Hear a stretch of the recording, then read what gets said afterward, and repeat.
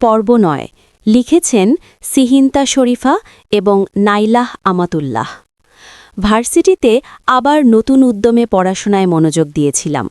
ভালোই চলছিল সবকিছু। হঠাৎ কি যে হয়ে গেল, আবারও বিপর্যয় নেমে এলো আমার জীবনে। কয়েক সেমেস্টার পড়ার পর হঠাৎ করেই বাবার ব্যবসায় বিরাট ক্ষতি হয়ে গেল। বলে দিলেন ভার্সিটিতে এবার আমার সেমেস্টার ফি দিতে পারবেন না। এদিকে সামনে ফাইনাল পরীক্ষা।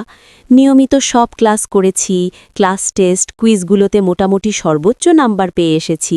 ক্লাস পারফরমেন্স সন্তোষজনক, পরীক্ষার প্রস্তুতিও শেষ, অথচ টাকা না দিলে অ্যাডমিট কার্ড পাবো না।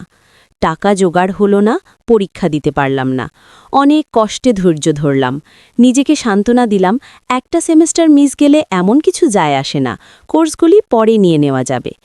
পরের সেমেস্টারে একই অবস্থা। আমি তখন পাগলের মতো টিউশনি খুঁজে বেড়াচ্ছি। ক্লাসেও নিয়মিত যাই না। গিয়ে কি হবে, পরীক্ষা তো দিতে পারবো না। আমি টিউশনি পেলাম, তবে যা আয় হবে তা দিয়ে একবারে পরীক্ষার ফি শোধ করা সম্ভব না। আবার আরেকটা ফাইনাল পরীক্ষা এসে চলে গেল। ঈশ্বর যদি সত্যিই থেকে থাকেন, তাহলে কেন এমন হলো? হতাশায় ভেঙে পড়লাম আমি। সেমিস্টার ফাইনাল দিতে না পারায় সেই ১ মাস প্রতিটা দিন অলস সময় কাটাই। হতাশায় জর্জরিত আমি জীবনের উদ্দেশ্য নিয়ে ভাবতে লাগলাম। কি হবে আর বেঁচে থেকে? একবার সিদ্ধান্ত নিলাম সুইসাইড করে ফেলব।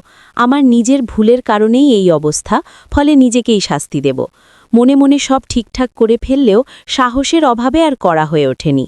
মানসিকভাবে বিপর্যস্ত আমি প্রচণ্ড কষ্টে, হতাশায় দিন রাত বসে বসে কাঁদতাম। কারো সাথে কথা বলতাম না, কোথাও যেতাম না। মনে হতো যদি অন্য কোনো পৃথিবীতে অন্য আরেক জীবন পেতাম। আমার পরিবার, চারপাশের পরিবেশ, লোকজন সব অসহনীয় হয়ে উঠেছিল। সব কিছু আবার নতুন করে শুরু করতে পারতাম যদি। এরপর কয়েকটা অদ্ভুত ঘটনা ঘটে গেল। এমন কিছু ঘটনা যা আমার পুরো জীবনটাই পাল্টে দিল। সত্যিকার অর্থেই আমি যেন ভিন্ন এক জগতে সম্পূর্ণ ভিন্ন জীবন শুরু করতে পেরেছিলাম।